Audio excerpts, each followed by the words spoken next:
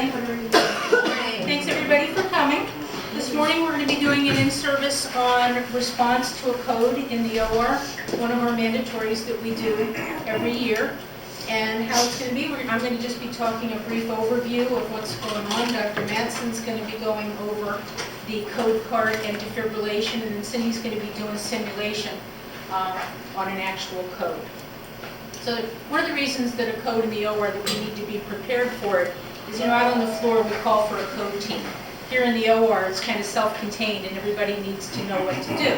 We don't call for the outside people because we don't generally need respiratory. We've got anesthesia here. We've got all the people that we need to be here. Just to tell you what's up on the board here, and Dr. Madsen's going to be talking about it a little bit more. There's an icon on every desktop here. It's called Stanford Cognitive. Cognitive? Stanford Cognitive. Stanford Cognitive Aids, yes. And what it is a lot of different modules having to do with anesthesia issues.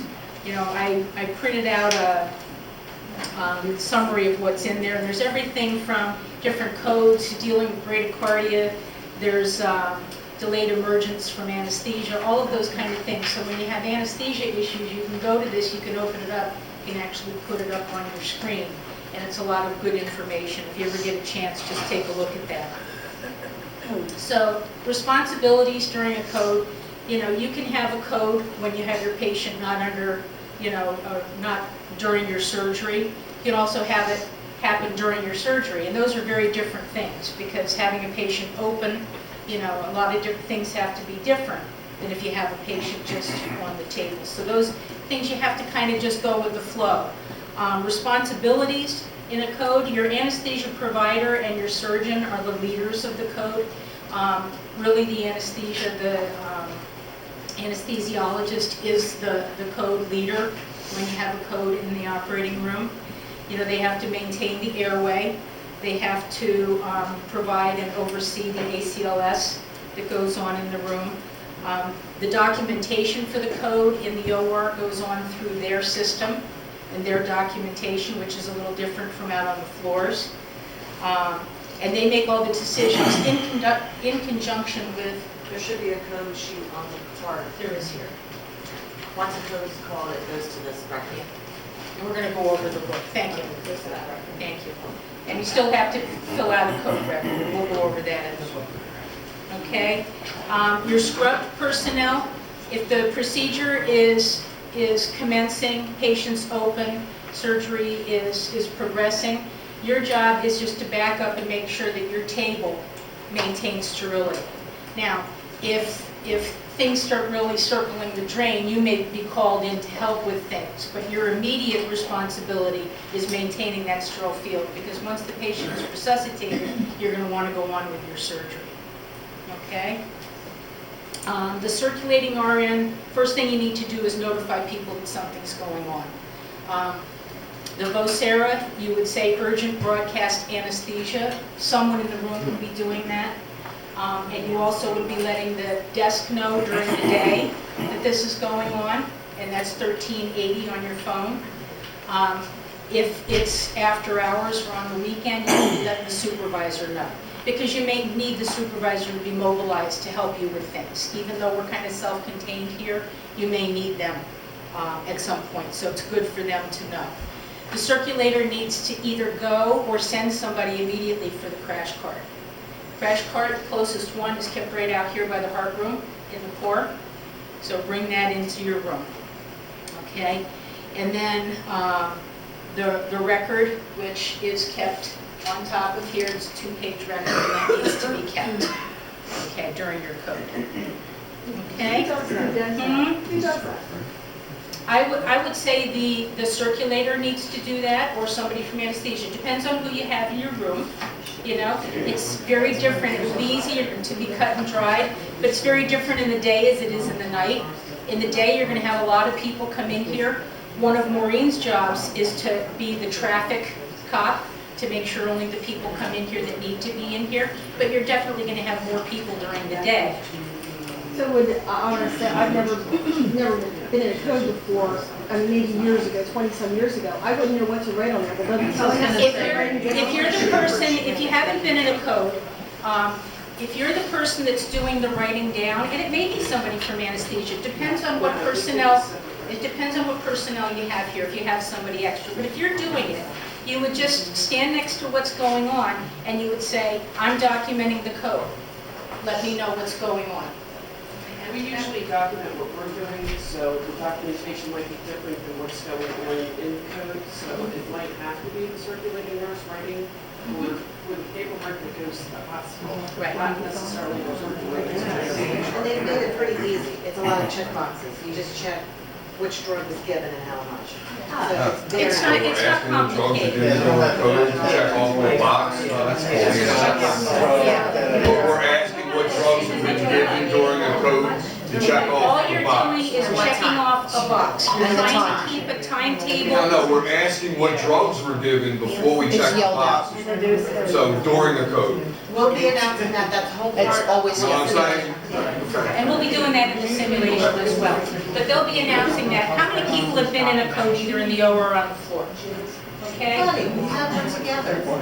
And you know, Oh, this one, we resuscitated the lady that was, yeah. and that's why, Just be careful. and that's why in a situation like this, in a simulation, we want to go over these things, so we're not hearing this stuff for the first time when it happens in our operating room. Because then tensions run high, you need to know that somebody needs to do these things, okay? And as a circulator, you're gonna go out, you're gonna get the code part, you're gonna bring it back, okay? And then you're gonna grab one of those records, and we can pass some of those around so you can take a look at them. They're very easy, they're just check boxes. So you can keep times of what's going on in your room. Okay? And those actually go to, I believe there's like a code committee, and they take a look at all, excuse me, all of the codes. Okay, if anybody hasn't seen this book yet, people have named this the death book. And basically, it's what it is. But you have this out at the front desk. It has everything you need to know about codes, if you have a death in the OR, if you need to do post-mortem care, if you have an organ donation patient, all of this is in this book. And if you open it up, it has the table of contents in the front, and everything is tabbed. And you've got cheat sheets. So code responsibilities in the OR, there's a cheat sheet here. If you have a death in the OR, it says who needs to be called, who needs to be doing the notification, phone numbers, they're all in here, right into if things don't go well and the patient has to be transported to the morgue, it tells you how to take care of all of that in this book. Okay? If you have to have a harvest, there's a tab on what you need for certain types of harvests. Johnny, does it say in there what I know is surgical, if it's a death in the OR, it's an automatic coroner's case? Yes. It says what It does. to leave in and what to not? Exactly. Okay. It tells you if there's, we're under body prep, it tells you if it's a coroner's case or not a coroner's case. Every case in the operating room is a coroner's case, and the coroner says it isn't. Okay, I think everybody knows that, but everything has to be left alone until you call the coroner. The doc gives them a call, or the supervisor gives them a call. They give them all the information, particulars about the patient, and they may say, okay, it's a 90-year-old man, blah, blah, blah, this is not a coroner's case, okay? Then, In the initial phone call, should the physician, one of the surgeon, because we had a death one time at like 2 o'clock in the morning, and there was some confusion as to who was responsible to call that in. the policy says that it's the attending physician gives that call. I have seen on the floors that the supervisor will do that. If But in here it's. people, it would be the attendant that would call the coroner. Is the coroner's phone number in there? Coroner's phone number is in here. All the phone numbers, supervisor, anybody that you would have to call, their phone numbers are in here. If they tell you it's a coroner's case, then you must leave all the tubes in. Must clamp the tubes, leave them in, everything. And then pack the patient up to go. If they say it's not a coroner's case, you pull all the tubes. Okay, people have asked me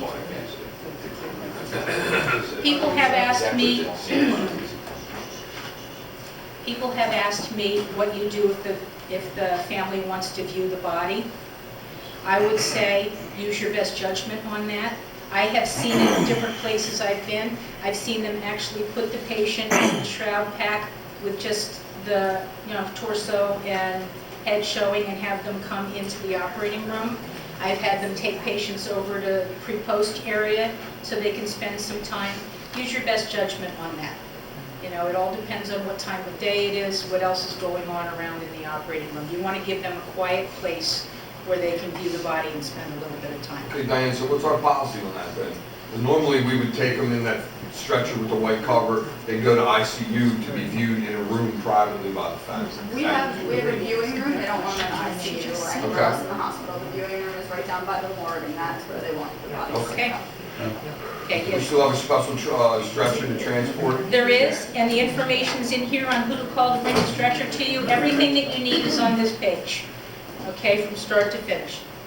Okay? There's also some policies in here on the death in the OR policy is here, the post-mortem policy, the code blue policy, and the donation after cardiac death policy is in here.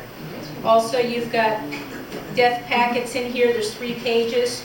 There's the death certificate, there's the anatomical donation form, and then there's a CPR form in here.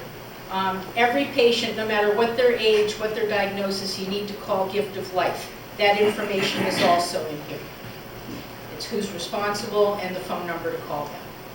They'll tell you whether the patient is in that category. Okay, and then if things really don't go well, there's a shroud back here. Okay? But Who's the you? and if you look, the reason I created this book, buddy, the reason I created this book is to make it really easy if something like this happens. It tells you who's responsible, what the phone number is, everything is in here if you just follow the algorithm. Okay? This is kept at the front desk up on the bookshelf. Okay? The other thing that I wanted to touch on quickly before, does anybody know where Dr. Maxson is? Oh, Mark's going to be doing it, okay. The other thing I wanted to touch on briefly is our exsanguination policy for the hospital. Is anybody familiar with the exsanguination policy? You've had to use it? What that is, if you have a patient who has hemorrhaging and it requires mass transfusion, the lab keeps 2 packs of all your blood products, if you will. So if that's going to be mobilized, the doc's the one that's going to have to do that. He's going to have to put an order in. Now, I know that when everything's going on in here, he can't get away to do that. So we may have to call up the lab for him and mobilize that. But the policy is there. Basically, they have 2 of these packets of everything, the FFP and all that stuff that you need. And if he mobilizes that, then a sample needs to go down to the lab. And if it's really, really a big emergency, they have everything in a universal donor that can come up right away. Okay? So just so you guys know that, and maybe the docs aren't aware of that. You get into that situation, you may want to nudge them and say, do we want to put the exsanguination mass transfusion policy? Okay, so they will accept a verbal if you call Yes. them? Yes, yes. Because they know that they know that the only time this is going to be mobilized is when things are really bad. Okay? So I'm going to turn it over to Mark, I guess. Usually that doesn't, I just wanted to make a comment on the monophasic versus biphasic defibrillator. I don't know what else you had in store for this presentation. Well, what we wanted to Talk just about the code part. or- talk about the code card and talk about defibrillation. Okay. If you want to just tell you how to. Okay, so the concept. So these are, first time defibrillation, we'll come to the point where the patient would need a defibrillator placed. Concept is monophasic versus biphasic defibrillation.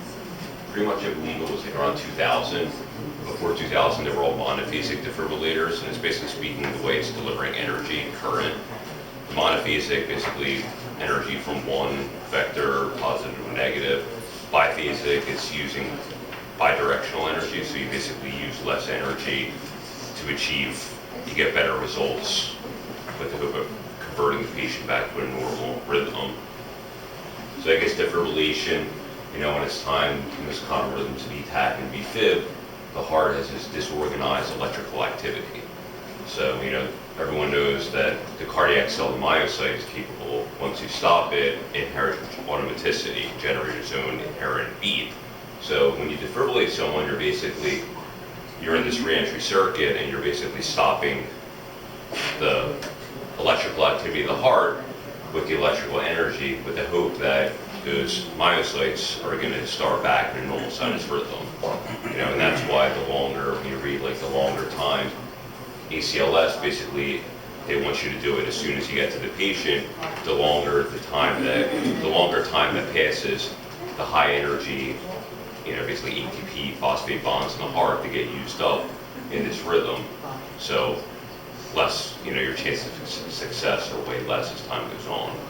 So with this, you know, there's basically, to get the paddles off, you know, obviously in the OR, in the sterile field, you know, if the patient's at high risk of, you know, in a lethal arrhythmia, these are the paddles and these are the hands-free pads here.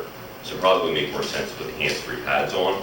So I guess, you know, in the event that there is not hands-free pads, we would roll this into the room. Now this, these are energy. They typically did away with gel. Now they usually have these pads. We have them here, correct? The old monophasic ones were used to be this gel. You know, basically this is delivering energy. So if you put the patient's bare skin, you're going to burn the patient. But a lot of the gel was replaced with, you know, these like pads. The concept is you ideally don't want this in the patient's chest because it will burn them. So So I did see them. They should be somewhere. we'll make sure, that's why we do You know. these kind of drills, to make So sure. you said the pads are usually available, so you would use them instead of the paddles, is that what you're So saying? these are the hands-free pads, yes. And with the hands-free pads, the idea. So this, you know, obviously if the patient's in lethal arrhythmia, you need to defibrillate them. You grab the paddle like this and you go like that in shock. This would take, you would have to, so the way these are placed, you know, you could put them on, but it takes a little more time. So by the time you can rip this off, you can place it on the patient, then you turn it on. I mean, it is doable, but it takes a little more time. Oh, okay. So Got it. the nice thing about these is you could basically, it's written on, Are they sterile in that package? No. No? So it And don't they're- really matter. No, so that's the other consideration. The other consideration is where your incision is, you know, when you're doing this. and they're basically placed, you know, there's stickers on here as to where to place them on the patient. So, you know, the patient's at high risk of going to an arrhythmia, and you basically place them on the patient, you know, before you prep the patient. This gets plugged in over here. These will go into here and clicks in like that. Then this has to be plugged into the back here of the defibrillator, and then you basically turn it on.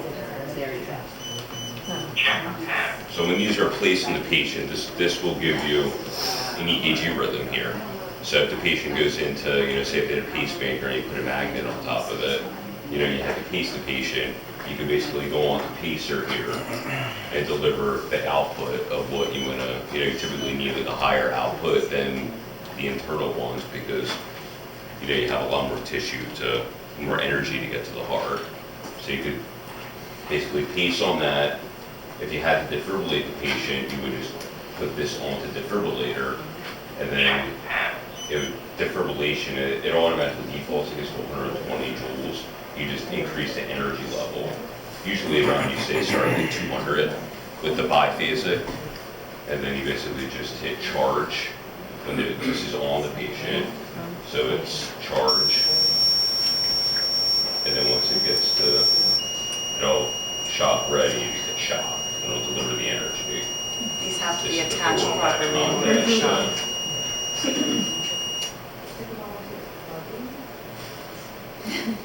So that's the, you know, basically with the hands-free pads. You still want to make sure everybody has cleared away from the table, because if you're still leaning up against any part of the metal part of the table, you will get shocked as well.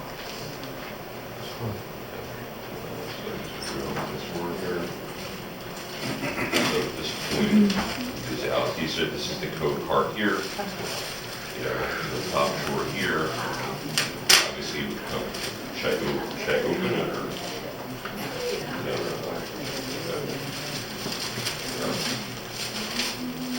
No. So, basically, okay. We would manage the patient's airway. Obviously, if the patient wasn't already intubated, we would have intubated them. We would start ventilating them with the mask rather than the ventilator, but we might still keep them on the ventilator depending on how many hands we have. The most common drugs that we're going to give during a code situation, depending on which rhythm the patient goes into, and I'll talk about the rhythms, are epinephrine and atropine. They come in the boxes like this, so if it's 2 o'clock in the morning and you're the only hands we have, you're going to need to help us get these out of the code card. When you open the box, if you're not familiar with them, there's the plastic syringe holder part, and then there's the glass ampule part that you screw together. You just pop the tops off, screw them together. They're usually needleless that we have now so that we can put them right into our IV lines because of the needleless ports we have. And then we would either tell you how much to administer, which most of the time, these are the ACLS doses. It's a milligram of atropine and a milligram of epinephrine. But if we're giving other drugs like vasopressin, or rarely do we give lidocaine anymore, maybe Cardiazem or something, we would tell you what to give. And then it's on the sheet, you would check that box, what drug, what time, and what the patient's vital signs are at that particular time. Code situations in the OR. Why might we see a code in the OR? The 5 most common things that would lead to a code in the OR, first of all, is hypoxia. If we're having difficulty intubating a patient and the patient's oxygen saturations are dropping, lack of oxygen leads to cardiac irritability, and then the patient could go into a cardiac arrest. So if we're having difficulty, again, we'll need all hands on board to get that patient's airway secure. The next one is multiple organ failure, especially patients with renal dysfunction. Patients with renal dysfunction a lot of times have abnormal electrolytes, especially potassium.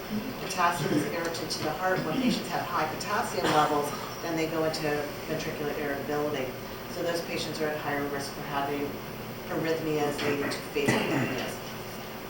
A next big event that could occur are those patients who have recent cardiac events, and then they have to come back to the operating room for another procedure, such as the patient who came in, had a cardiac event, now they've got a kidney stone that's causing hydronephrosis, they've got to have their kidney stone removed, or they have a bowel obstruction and they just had an MI within the last 6 months.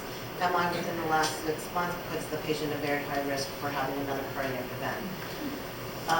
The examination patient who comes in and they start to hemorrhage or uncontrolled bleeding intra-op. We're right now, yesterday, as Natalie can attest to, she just went through the postpartum hemorrhage. We're starting to see more and more issues with postpartum hemorrhage. And they may be instituting a new protocol here where they're weighing sponges and doing different things because they're grossly underestimating the amount of blood loss during cesarean deliveries even, but doing an open case, not getting control of a bleeder, hemorrhaging. If the bleeding gets out of control and the patient starts to lose internal volume and we cannot resuscitate them with just fluids, we may need to institute the examination protocol. But until we get that blood from the blood bank, depending on how fast they're bleeding out, such as somebody on insufflation of the abdomen for a laparoscopic procedure accidentally trophars the aorta, that's a problem. And we have to resuscitate them. That patient's at high risk for going into PEA. PEA is the most common arrhythmia from hypovolemia. And then the other one that we might see in the operating room would be anaphylactic reactions leading to cardiac demise. They just go into circulatory arrest, circulatory failure. All right, so this particular patient had a previous coronary event within the last couple of weeks. They are also a renal patient, a dialysis patient, and they came in with abdominal pain and they found to have an incarcerated hernia. So they are coming urgently to the OR at 2 o'clock in the morning to have possible small bowel resection and repair their incarcerated hernia. So again, it's early morning hours. There's minimal staff on board, and we need your help to manage this patient. She just now went into VFib. Right, so I can't put the VFib up on the monitor because my router won't talk to your router. So a patient is in VFib, we're ventilating the patient.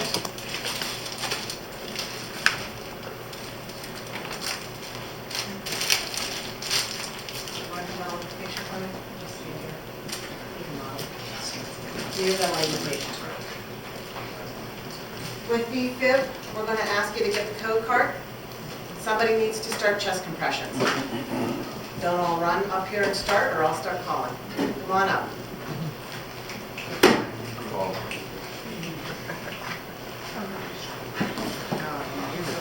Okay. They got We'll come down.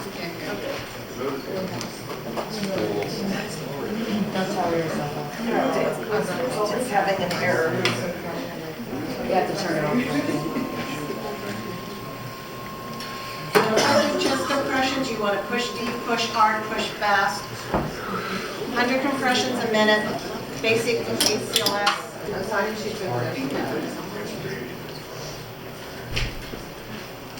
We do have emergency drugs. 100 a minute. And CPR too.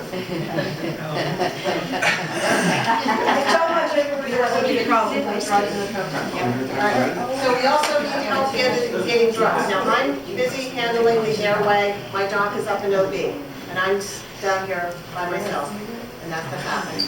So I need someone to help me get epinephrine. I need a milligram of epinephrine. She needs a given now. milligram of epinephrine. Yeah. Don't rush. I know. Oh, I should actually. The other thing is, the circulating nurse should be able to pull this up quickly on the computer and put it up on the wall. Has everybody had an opportunity to get familiar with Stanford Cognitive Aid desktop icon? Is that the first thing that comes up? Is there any way to look at that as the first, second thing that comes up? When you click on it, what's the first thing that comes up? When you click on it, a table of contents comes up, and it's alphabetized. You just click on the VFib one, and it brings that. Yes, stop. There's a file folder in there, and you just select the one that you want. Dan, just stand. You're pushing like, you're saving something. Okay, so she's And the got the patient's door dying. open here. So there's lots of antidotes in here. Usually we give up to 3, and they're 3 minutes apart. Well, the first milligram of atropine didn't do it, or epinephrine didn't do anything, so we're going to try some atropine. Okay? Wow, do that was great.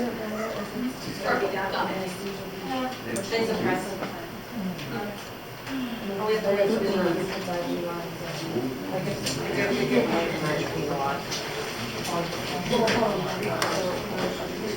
if the drug is not in the code card,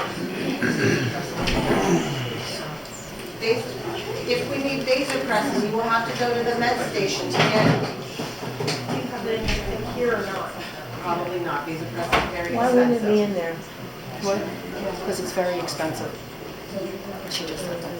Vasopressin is very expensive, so they just keep it in the center area.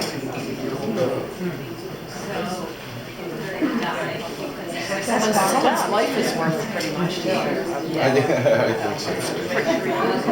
I know, I said, would it be more With expensive than CPR, the person doing And let's compressions, pull it back, Depends on the guys. patient. with CPR, the person doing compressions is going to get very tired. So they need to speak up.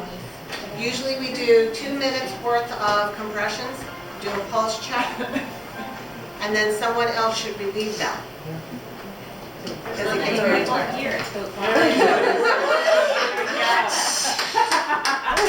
My savior.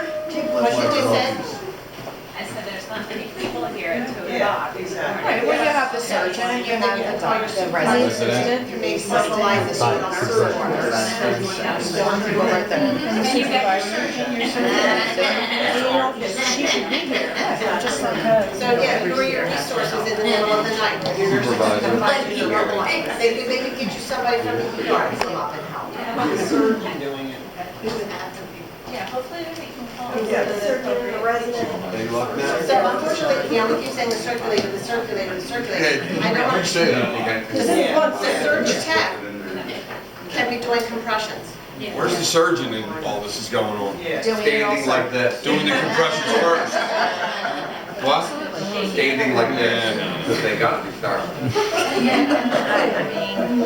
I think it probably might surprise you. All right, I'm This fading. kind of situation. Yes. Who's next?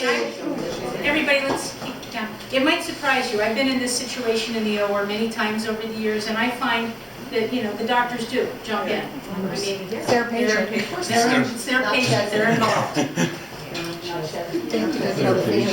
if they're not, you need to shame them. So from a documentation time perspective, what we need to know, we start to lose track of time. How long has it been since we gave the last epinephrine? Do we need to do a pulse check? Do we need to give another dose of epinephrine? So we get the code card in, we want to do a defibrillation as quickly as possible. If we don't have the defibrillator in the room, we at least keep epinephrine in our drawer that we can get one dose of epinephrine in, and then we can do a defibrillation.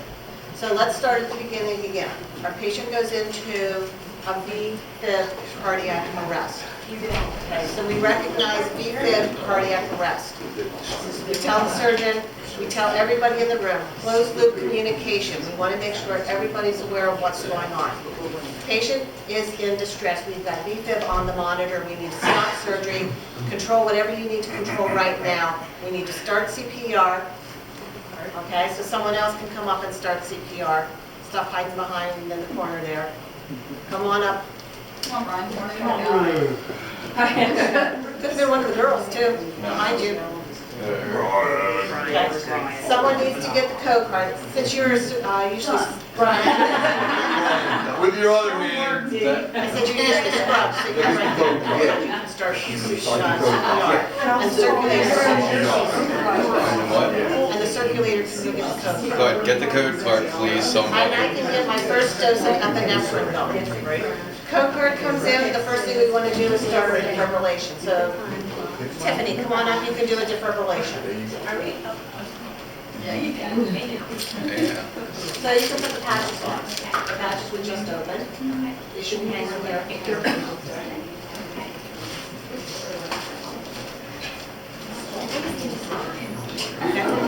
So if we have to wait to get the code card in the room, we're going to start the epinephrine. Just you need to make sure it gets turned on. You want to set the pacemaker to 200 joules. Okay.